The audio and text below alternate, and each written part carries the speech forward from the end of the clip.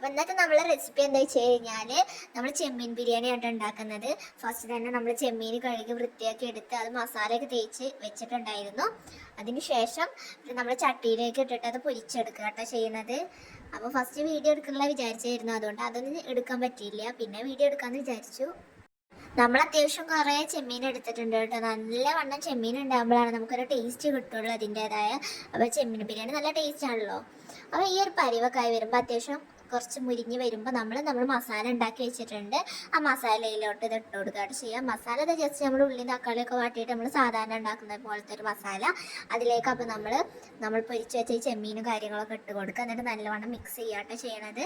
അപ്പത്തിന് ഇതാ നമ്മൾ സ്വത്ത് വന്നിട്ട് എന്താ ഉണ്ടാക്കുന്നത്, ഇന്നെന്താ സ്പെഷ്യൽ കാര്യങ്ങളെന്നൊക്കെ ചോദിക്കാട്ടോ ചെയ്യണത്. അപ്പോൾ അവരിതൊന്നും കണ്ടിട്ടില്ല. പിന്നെ എന്താ വെറുതെ ഒന്ന് ജസ്റ്റ് വീഡിയോക്ക് വേണ്ടിയിട്ട് സ്വത്ത് അളക്കൊക്കെ ചെയ്യുന്നുണ്ട്. ഞാനാണ് ഇവിടെ ഫുൾ പണി എടുക്കാന്ന് കാണിച്ചു കൊടുക്കാൻ വേണ്ടിയിട്ട്. പക്ഷെ അവനൊന്നും ചെയ്യാറൊന്നുമില്ല കേട്ടോ.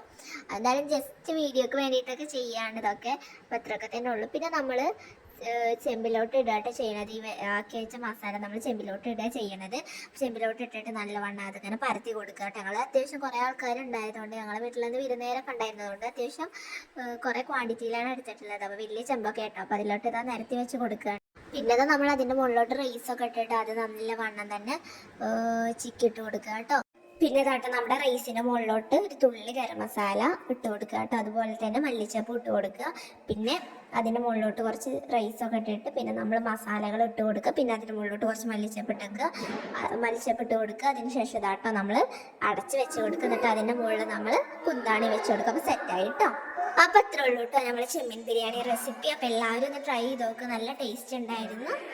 അപ്പോൾ ജസ്റ്റ് ഫസ്റ്റ് വീഡിയോ എടുക്കാനുള്ള വിചാരിച്ചു, പിന്നെ ജസ്റ്റ് വീഡിയോ എടുക്കാൻ വിചാരിച്ചു. പിന്നെ നമ്മൾ സ്വത്തുമുത്ത് ഓരോരുത്തരായിട്ട് ഇതാണ്ട് ഫുഡ് കൊണ്ടുപോകാൻ നല്ല ടേസ്റ്റ് ഉണ്ടായിരുന്നു. പിന്നെ കച്ചമ്പറ ഞങ്ങൾ ഇതിൻ്റെ ഒപ്പം ഉണ്ടാക്കി വെച്ചിരുന്നു കേട്ടോ. അപ്പോൾ ഞങ്ങൾ അങ്ങനെ ഭക്ഷണം കഴിച്ചു. അപ്പോൾ ഇത്രയുള്ള വീഡിയോ അടുത്തൊരു വീഡിയോ കാണാതിരിക്കും. ബൈ.